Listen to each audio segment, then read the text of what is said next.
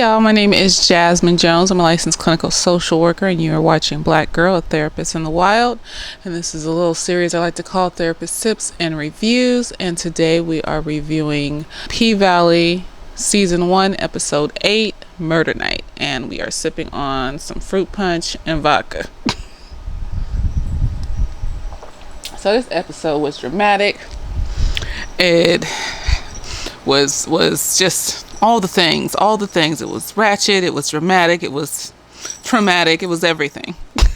Oh, I'm sorry. And so let's get it started. So we start off in the cloud room. Apparently the cloud room has thunderstorm noises and everything. I just feel like one day when I have a house, I want to have a room full of clouds that mimic the night sky and a thunderstorm, because why not? And we see Haley and Montavious in the room. And, Montavious wants his money from Haley. He wants his money back that she took. Apparently, she got somebody to take the money out of his account and set up an account for her in different names, or multiple accounts for her in different names, so that she could steal his money. She was apparently a corporate accountant, and that's why she knew so much about money and business and all this other stuff, and could give Andre a lot of tips and everybody else tips and all this other shit about money. So Montavious wants his money back. That's what it seems like he wants. It's what he keeps saying anyways. And, he's just reminiscing on who Haley is. Basically, she has a head for business and a body for sex. And she's all like, they always underestimate the pretty ones. So anyways, then we shoot through the paint. Well, no. What happens is somebody starts knocking on the door of the cloud room to get in. I guess it's, another girl's turn. And Montavious wants to keep them in there, until he gets his money. So he holds Haley hostage. Basically, he's holding Haley hostage at this point. He grabs her, chokes her, all this other stupid shit that crazy niggas do. And, people are knocking on the door and shit, and they're not letting them in.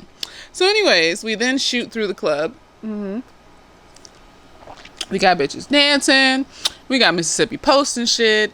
We got Murda getting ready for his night just to rap his song. And the record executive or the agent. I think he's an agent or a record exec or something like that. And he's there to see him. So he's nervous about that as well.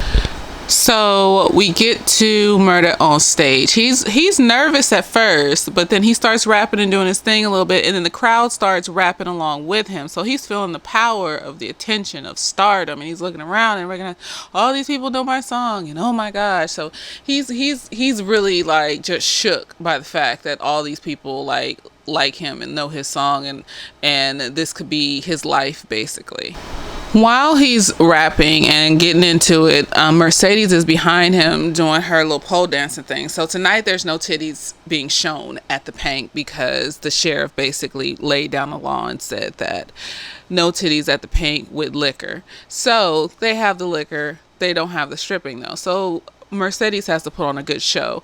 Mississippi. Damn it. I keep messing up people's names. I'm sorry. Mississippi is dancing on the pole behind Lil Murda while he's rapping. And she's doing a good job, Even the record exec that came in to see him was like, she's like some Cirque du Soleil shit. Just like I've been saying, y'all. I said it earlier.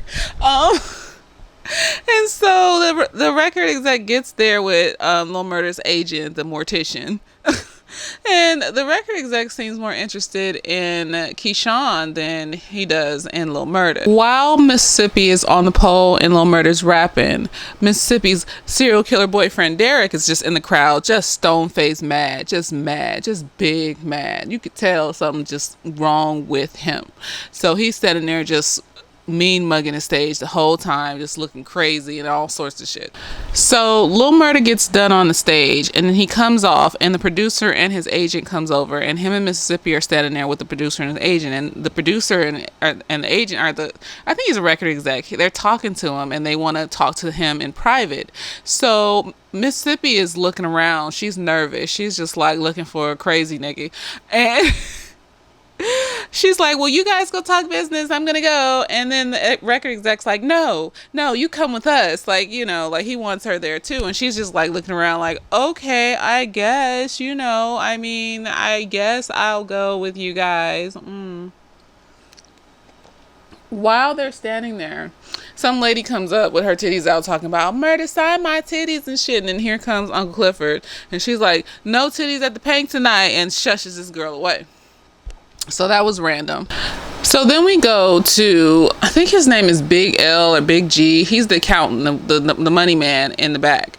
And he's like watching the camera, and he sees Haley take her top off with Montavia. So I think Haley was trying to signal to the camera because she knew it was no titty night. And so she was basically taking her top off, was her trying to signal for help. And it took so long for her to get some help from somebody. I was just like, is he gonna kill her in this room? What's gonna happen? Anyways, accountant sees this on the camera. He's about to go get her and be like, you can't be having your titties out in this room. But then drug dealer dude, that's Gidget's little boyfriend, calls to have him come run some drugs for him. So he goes out back to, take care of the drug stuff and run some drugs and do all that stuff. I think before he goes, he calls Diamond, and he tells Diamond before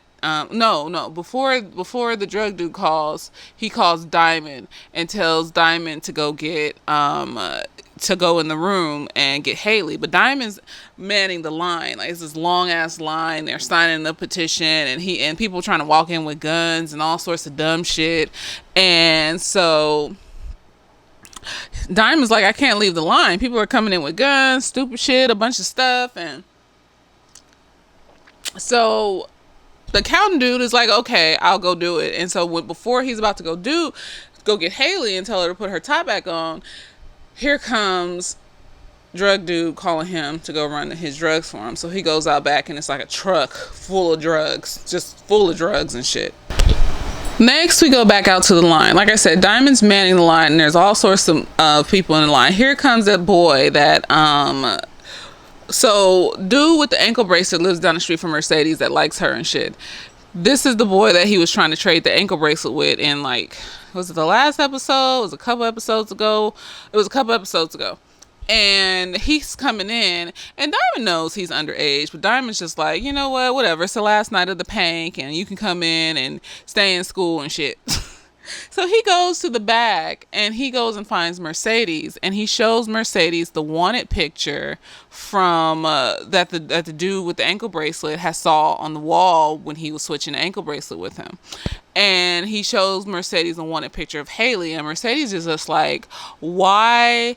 What's going on? What's this? Why are you here? Why didn't other dude come and some shit? And so the other dude got some stupid shit with his cousin, because his cousin was doing drugs or some stupid shit and got caught up and whatever, and he was wearing his ankle bracelet, some shit. And so she's looking at the picture, and it's a picture of Haley's face, and there's a hand on her shoulder.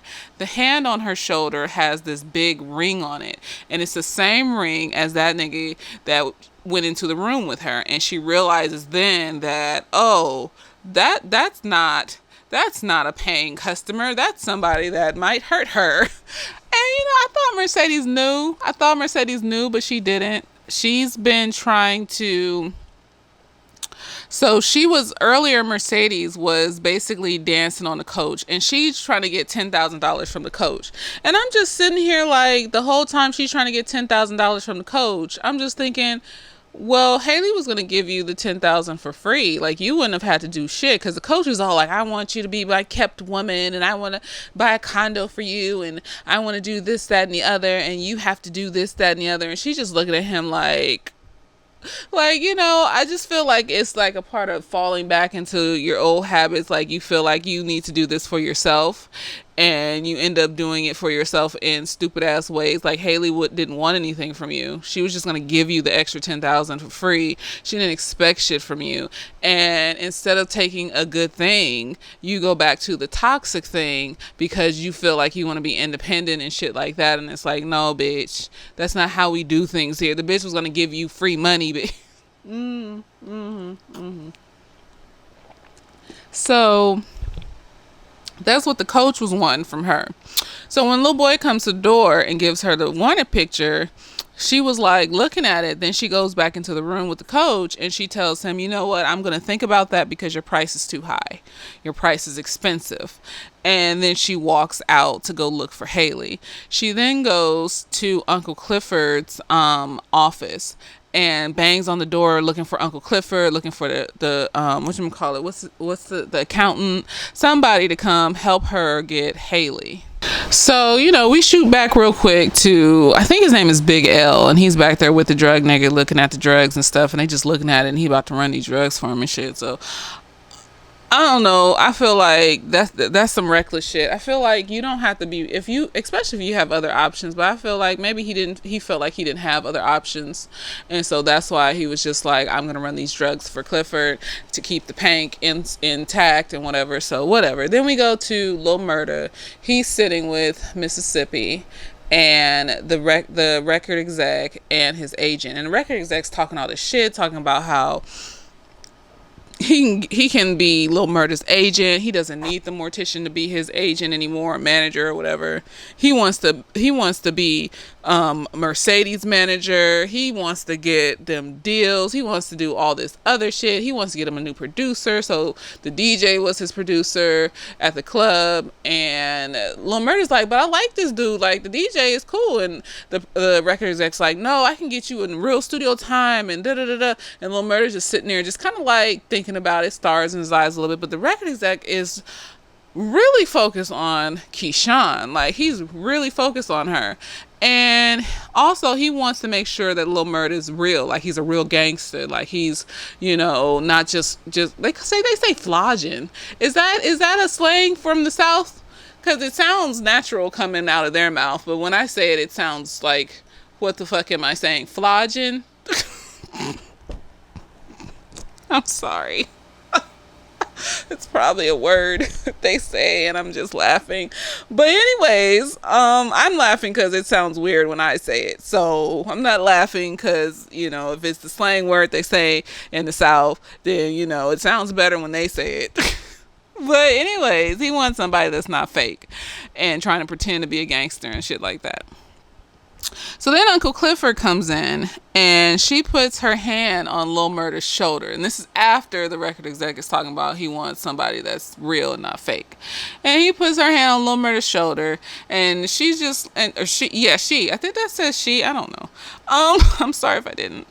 She puts her hand on Lil Murda's shoulder, and she just starts talking to the room like, how y'all doing? Y'all want some drinks? How y'all doing? Da da da da. And Lil Murda looking up at her, and he's like, yeah, no, we're doing business right now. So just cold shoulder, just ice cold. And Uncle Clifford looks down at him like, oh, okay. And then she tells Mississippi that, she needs to get out there because she has a regular that's looking for her, her crazy ass boyfriend that's lurking around this whole meeting situation, trying to wanting to snatch her up or some shit. Oh, he's crazy. I don't like it. I hate this nigga. Anyways, so Clifford leaves, and Lil Murda's sitting there, and then the record execs start talking shit about Clifford and gay people and LGBTQ people and all sorts of shit. And Lil Murda just nodded and agreeing, yup, yeah, yup. And then it took Mississippi to have to say some shit. She was like, you better leave Uncle Clifford alone. And then she turned it into like a little rap or some shit to like lighten the room and shit. So she defended Uncle Clifford, but she also understood that the room needed to be lightened, so she didn't want to make it cause a problem to defend Uncle Clifford. So I guess so the record exec looking at her like, oh, you got a little rap on you. So she basically distracted him with her rap. And he's like, oh, you got a little rap on you, and he's like paying extra attention to her now because she got a little flow and everything. And the manager is just looking at the record exec the whole time like, why you keep on Mississippi? Like, I brought you here for Lil Murda. Then we go back to the cloud room, and Montavious is talking shit about Haley and all this other stuff, and then talking shit about how she got this dude to set up her accounts, and he found out, and he hung the dude over the balcony, and like, I guess he died from hanging upside down for too long. But basically the dude was able to give him one name for one account that she made, and that's how he murdered him. And he's talking about like how he wanted to be with her and all this other shit. And she's just like, no, you're married to the gang. So apparently, I guess he's in a gang. But then later on, he calls himself a lieutenant. So like, is it like a lieutenant in a gang? Is he a police officer? Like, what's that about? But the ring represents the gang that he's in, and he's in that gang for life or whatever. So I didn't know you could die from hanging somebody upside down. I didn't know that you could just die from that shit. I guess he said it was slow. I'm gonna Google that. Like, you can just die from hanging upside down. Okay. I didn't know that. I didn't know that you could just die. He said it was a slow death. That's horrible. That's hard. I mean, like, if I'm gonna go, let me go quick, Jesus. Let me go in my sleep. I won't go to sleep here, wake up in heaven. Or maybe just do me like Elijah. Took him up in a chariot. Didn't even have to die. That's all I'm saying. I'm going on a tangent, but whatever. Then we go back to Uncle Clifford. She in her office, sad, mad that this nigga said all this shit and then didn't claim her in public and shit. Like, I think she just was more mad that he said the shit, because she knew that this nigga wasn't going to be able to claim her in public, especially with the goals and career goals and whatever the fuck he has. She knew he wasn't, and she kept telling him, like, you're not going to be able to do that, but he kept making promises and shit like he was going to do that. Like, I think that's the part she's mad about. Like, if he was for real up front, like, I can't claim you like that, I'm trying to, build this career, and, I don't want to fuck it up because this is like my dream, and the world isn't ready for this right now, and like, I don't think she would have been as mad, because he would have been honest. And yes, a part of her might have been hurt because she would have had to be with somebody who's closeted, but I think she would have understood if he had told her for real from jump. So anyways, Uncle Clifford's in the office, mad, sad, drinking, and she looks up at the camera and sees Haley dancing in the room with her top off, and she's like, this bitch, we told y'all no titties and da da da da. So before I forgot this part too. So before, when Montavious was talking about his gang he was in and everything, Mercedes comes to the room.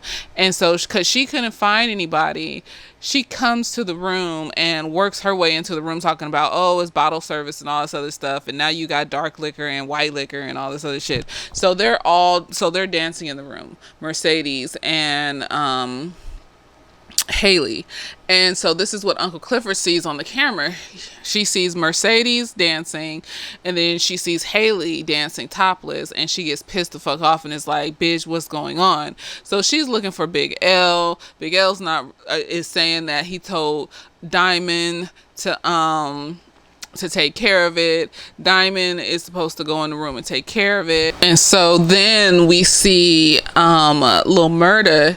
He knocks on Clifford's door, and he comes into the room, and he's like, I'm sorry. I don't know what happened. I was just fronting. And then Uncle Clifford was just real with him. She was just like, you shouldn't have bullshitted me. She was saying, my favorite saying is, someone tells you who they are, believes them the first time. And she was saying that she liked LaMarcus. She said his government name. She said, I like LaMarcus. It was a privilege to get to know LaMarcus, but Lil Murda is the face that I saw first, and I should have believed that face when I first saw him. Like I said, I feel like if Lil Murda had told the truth in the beginning, then she would have known how to navigate that relationship. It wouldn't have been like he built her hopes up. Like, why would you say shit like, oh, we can hold hands in public, like y'all not in the South? Like, we can kiss and go on dates in public, like you not trying to be a fucking rapper and shit. That shit don't fly right now as a male rapper. Like, why would you say the shit knowing that you couldn't do that shit? That's the thing. And I think that's what she's mad about. Like, you made all these promises. And so she basically just told him to get the fuck out, talking about, I'll wait for you. And if you change, then I'll be here. But while you like this, like, you need to get the fuck out. But I'm just like, fuck that nigga. Nigga about to change and shit. I mean, I don't know. It's a complicated situation because the way the world is. So it's like, I think he said those things because he wanted those things, but then reality hit him when he met the record label guy, and he was like, "Oh, I'm probably not gonna be able to give Clifford these things that she wants." So he's not able to give her the things that she wants and needs, and he made a bunch of promises and shit. And so, maybe he believed the promises when he said them, but at the end of the day, he was not going to do those things. Anyways, we then go back to Keyshawn. She's sitting with the record exec and Lil Murda's agent, and he's like trying to schmooze. He's trying to schmooze her and hype her up and shit, and be like, I could get you signed with Nike, I could do this, that, and the other. And then here come her crazy ass fucking boyfriend talking about it's Mississippi. I said Mercedes earlier. It's Mississippi. He's like, Keyshawn, Mississippi, I need to talk to you. And she's like, wait a minute, I'll be there in a second. And he's like, Mississippi, I need to talk. And the record exec doesn't know who this dude is, so he thinks he's just a regular customer that's a fan and whatever. So she basically turned around and she was like, I'll be there in a fucking minute. So she got some bass in her voice from him in that second. So she turns back, and then he leaves. He like mopes off and shit because he's sad and crazy. And then he leaves, and then she turns back around to the record person, and he gives her his card, and then she gets up and leaves. And then Lil Murda's agent is looking at him like, I thought you was here for Lil Murda, but you really all up on Keyshawn like this. And the record exec's like, I mean, Lil Murda's basic. I can find that niggas like him anywhere.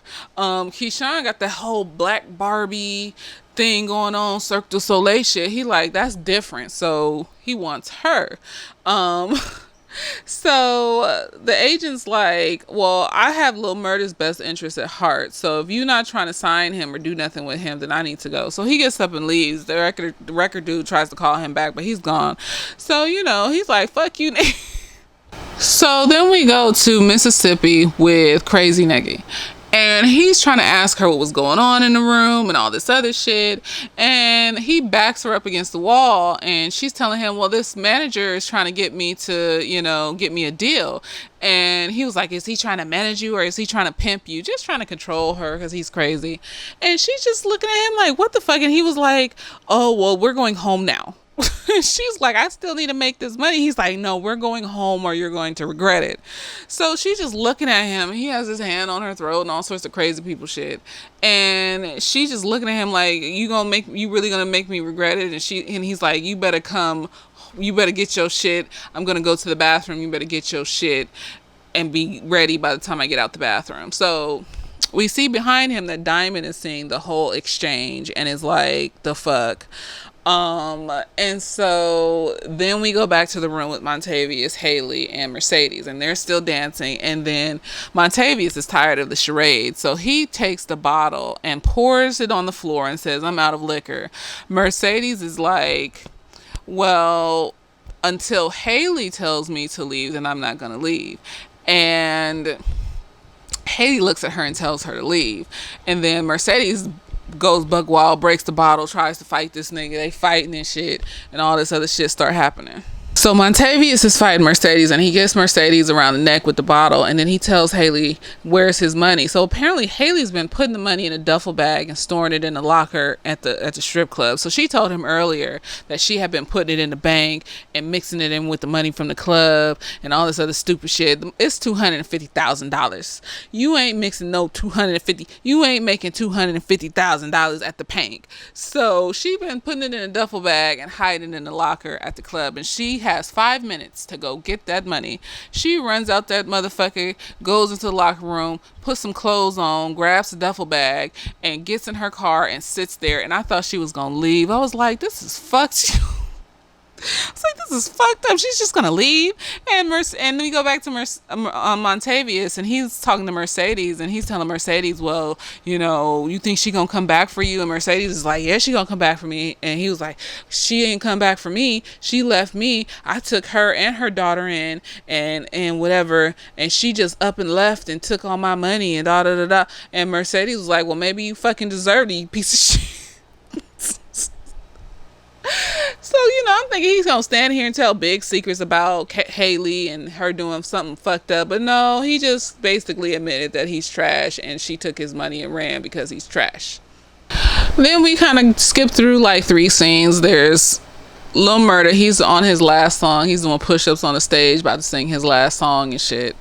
And then we go to Uncle Clifford. She's looking for Big L, and she's back in her office again, and she sees on the camera Mercedes and Montavious in the room, and she freaks the fuck out and gets her gun to go to the room. And then we go to Diamond and Derek in the bathroom fighting. So Derek is a serial killer boyfriend. You know what? I didn't think Derek could take Diamond, but they about the same size. Derek doesn't look that as muscular as Diamond, but Derek can hold his own. It's all that crazy in him. So they fighting, and then it flips between scenes. So we see Clifford going back to the room with the gun. We see Haley. She runs back into the room, and she has a duffel bag, so she comes back. And then we see Diamond and Derek on the floor wrestling and shit, and there's a gun. So Diamond has a gun that he brings to the club, and he has it, and he's trying to shoot Derek. So they on the floor fighting. They in the cloud room fighting, and Clifford trying to get in. So while Haley's in the room, she's looking at Montavious, and she's going, you didn't even ask about Autumn. So Autumn is the name of her daughter, and her daughter died. She drowned. How I wanted to have hope for the children. So I had hope until she said she was dead. Anyways, she drowned, and she's telling Montavious that he didn't even ask about her. And he's like, well, I'm sure you're being a good mother or whatever. And she tells him like she's dead, she drowned. And he's like, well, that's what you get for... I'm just like, this nigga's crazy. He's no empathy, nothing. There was nothing there. And that's when they all 3 start fighting. Then Diamond and Derek, they take the fight out onto the club floor, and they rolling around on the floor. And then Diamond gets his gun, and I guess it goes off a couple times, and then everybody rush out the club. Everybody's running out the fucking club, getting the fuck about that bitch. And Gidget goes out to Keyshawn, who's about to get in Derek's car, and tells her that Derek and Diamond are fighting. And even Big L, he runs off from the drug truck. He just shoots the fuck off. He's like, I'm not about this. I'm not a part of this. You take these drugs and go. So he's just like, fuck your drugs, nigga. And so Keyshawn runs back into the club to see what's going on with Derek and Diamond. So we go back into the room with Haley and Montavious, and then finally Clifford gets in there, and Clifford fighting Montavious. Clifford got a gun. The gun goes off a couple times, and then we go back to Derek and Diamond, and they're fighting. And like I said, Derek is holding his own. I was just like, how is he on top of him? How is he hitting him? Shit. And then finally Diamond gets on top of him and starts hitting him and has the gun up. Here comes Mississippi in a room, and she has Haley's gun. So when Haley went to the locker, she wanted to get her gun, but her gun was gone, and she told Mississippi the combination and to get where the gun is at. So she has the gun, and she's pointing it at Diamond. Bitch is in a trauma bond. She's telling Diamond to let Derek go, leave him alone, and all this other shit. This nigga could have just been dead, but no, instead, she's defending this crazy. So she's not just afraid for her own life. She's in a trauma bond. She's like emotionally and physically and mentally and shit attached to this nigga, like he's a drug or some shit. That, or maybe she's scared that if Diamond shoots him, he would go to jail, because it's in the club and shit like that. I don't know, because when we go back to the room, while Diamond's standing there, he's standing there. excuse me, he's standing there looking at her like, what the fuck, bitch, I'm trying to protect you. And then he hears the shots go off in the cloud room, so he runs to that, and then he gets to the cloud room, and then there's bullets coming through the door, and then all of a sudden, and so he ducks, and then all of a sudden there's blood coming from underneath the door. So somebody dies in that room, and we don't know until like the end who dies. So after we see the blood coming from underneath the door, we go to Ernestine's house. That's Clifford's grandmother, and they're dressed in black for a funeral. And I'm just like, is this like a funeral because somebody died? But no, it's for the auction of the Pank. And so what happens next is that Clifford, Ernestine, all the girls from the Pank go to the courthouse, and they're just getting ready for the shit to be auctioned off. So the mayor comes in. He's dressed all in red, looking like a piece of shit, and he goes up to Ernestine talking about sorry for your loss, and she's like, fuck you, nigga. And he's like, well, maybe you could serve some food at the casino. You can work at the buffet. Hopefully you can run that better than you ran a pen. He ain't shit. Anyways, he goes and sits down by Andre. Andre's there with his wife. They checked out that day from the hotel. They're supposed to go to Atlanta after the auction. So they start the bidding at $55,000. And then here comes Haley. She's bidding against Andre. She bids all that fucking money she got from what's his name, Montavia. She bids $250,000. Andre only had a cap of $200,000 from the casino folks to bid on that property, and he's trying to call them, trying to get a higher number from them so that he could bid more money. And the thing is that they pick up the phone before Haley gets to the 250, because Andre's godfather is just like, well, fuck it, I'm gonna bid 215, and without the permission of the people. So dude picks up the phone, and then Andre looks at Haley, smirks, and then hangs up the phone like dude didn't pick up the phone. And then I just felt like, so I guess vagina just makes men do anything. I don't know. Got a good wife here, and whatever. And some people will say Haley has swag or whatever. She's been traumatized, and so she doesn't give a fuck. That's what that is. That's not swag. I've been traumatized, so I don't care about anything now. I'm just gonna do what I need to do. And she's also a businesswoman. So she's a businesswoman. She's been traumatized. She doesn't give a fuck. She's gonna do what she needs to do. So that Haley wins the Pank, and it's hers, but she talks to Clifford afterwards, and she calls Clifford her partner. They're in the hallway afterwards, and Andre keep making eyes at Haley. Haley keep making eyes at him. His wife standing in between, looking between both of them like, this motherfucker, she knows something's up with that shit. And then she walks out, just trash. I feel like I don't like cheating, so no, I don't care. And so, we go to Mercedes. She is at her mom's church, sitting on the curb. She is traumatized. And you know what? I love the fact that she's allowed to be traumatized, because any other time the dark-skinned woman would be portrayed as this strong black woman that went through this shit, and she's the bad bitch. And throughout this whole thing, Mercedes has been portrayed as this bad bitch and stuff. But she's hurt.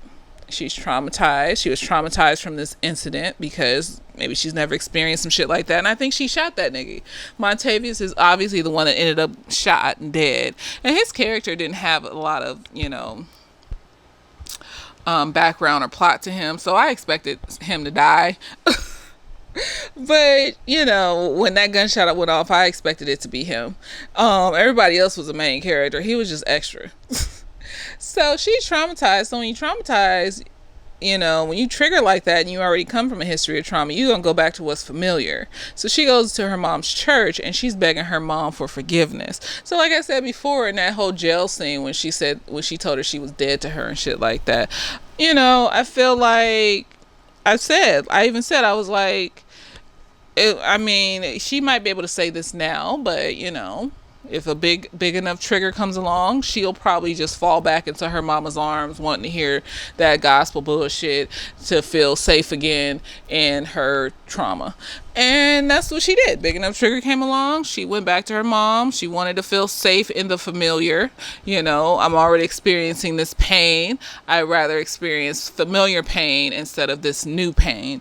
And her mom just blew her the fuck off. She was like, "You're dead to me," and all sorts of shit. Walked into the church, shut the door. Mercedes knocking on the door. I'm glad her mom walked away. I call that the trash taking itself out, giving Mercedes a chance to fully heal and let her mom go, because her mom has issues. So Mercedes is traumatized, and like I said, I like that they portrayed it that way. The reason why Haley isn't traumatized like Mercedes is because she's used to that evil. She's used to Montavious. That's like, if I'm used to a certain type of negativity, I'm not going to overtly show how triggered I am by it after a while. It's just going to be like, this is an everyday thing. Like, we see school shootings all the time, and we've become desensitized to it. So every time we see it, it's just kind of like, I'm sad to say, it's just kind of like a whatever feeling. Like, oh, here comes another school shooting. Here comes another death. Here comes another, such and such. And that's why she's chill about it. Like, she's outwardly chill about it. Of course, inwardly, she's probably fucked up and depressed and whatever the fuck. So we go back to the Pank. Ernestine and Haley and Clifford are there. They're cleaning up the Pank. Ernestine is trying to make Haley a drink. She's telling her that she doesn't drink, which is good. I'm glad she's still on the train of sobriety. And, Ernestine is telling her stories about, her past and the Pank and all this other stuff. So they sit down on the steps, and Uncle Clifford is like, "Why did you do that? Da, da, da." And Haley's like, "Well, I figured I owed you because they killed Montavious. And so now you owe me." And so here comes Mercedes, looking just freaked the fuck out, because I think she killed Montavious. Because she looks at Clifford and she asks Clifford, like, last night, and then Ernestine interrupts her and is like, "Last night was last night, today is today, tomorrow's today, and we're not going to talk about it." And then she looks at Uncle Clifford and she asks, "Did you take care of that?" And Uncle Clifford says, "Yes, I took care of that." So I'm assuming that she killed Montavious and they took care of the body, because when they were on the porch, when they were at Ernestine's house, the radio was playing and they were talking about a shooting at the Pank on the radio, but nobody was talking about somebody dying. So I think they took care of it. So yeah, Haley owns the Pank. She's in partnership with Uncle Clifford. And we'll see what happens next season. She says something at the end about, the Pank is open for business or some shit. And that's the end of the show. So yeah, it was a wild ride, y'all. It was a lot. It was a lot in one episode. Like, that Montavious coming, and then Lil Murda, not claiming Uncle Clifford like he said he wanted to. Whatchamacallit, almost about to run drugs and he run off. Diamond and Derek fighting on the floor, and Derek taking Diamond. Like, I did not think he could take Diamond. He don't look as muscular as Diamond, but muscles ain't everything. So Diamond got his ass beat, and I just felt like Diamond was one of them dudes that, just anybody, it's not even men, it's just you falling in love with somebody that's toxic, that's in a toxic situation, that's not going to be able to love you properly. You need to recognize that and be. That's why she almost shot him. He just needs to recognize that she is in a toxic situation. She's affected by that toxicity. She's not about to lead that white man. She's not about to leave that white man for you. And I hope that solidified that in his mind, and he stopped chasing after her, because she's not going to do that. Because she always be looking at him like he's a sad little puppy. And when people look at you like that, that means that they don't see you as a person. They see you as somebody that, oh, you care about me and stuff and whatever, but I don't feel the same way. And so, poor little animal. I just felt bad for Diamond. I was just like, oh, he needs a good woman that will see the love that he has to give, but she's not the one. She is not the one. And he seems like one of them gentlemanly type niggas that's like, I want to take care of you and shit, and so that's why he's attracted to this broken bitch. It's like, no, be attracted to somebody that's on your level mentally and emotionally. But then that has something to say about him too. Like, why are you attracted to this broken bitch? What's wrong with you that you attracted to broken people? That's obviously in the midst of their trauma, and you just like got a whole nigga that could like kill you and shit. I mean, whatever. So it was a lot. I'm excited to see what happens next season. They've been, they got a season 2. Congratulations. But what did y'all think? I love to hear your theories, your questions, your suggestions, all the things. I don't know what I'm going to do after this. I've been thinking of ideas for different shows and movies. I tried to watch The Chi. I could not get into it. I am still like halfway through season 1 and I got bored. I have to enjoy the show too to want to review it. It can't just be a show that everybody like, but then I don't like, and then I have to sit, especially if there's like multiple seasons. I don't like it. It was boring. I don't know what I want to do next. I will see. I'll surprise you guys next weekend with something. It might just be a movie. I've been wanting to do Love Jones, actually. I want to like break that shit down because I just feel like so much fuckboyery was going on in that movie. I was just like, I've been wanting to do Love Jones for like a while. But yeah, let me know what you think about the final episode of season 1 of P-Valley. I hope you enjoyed this review, and later days.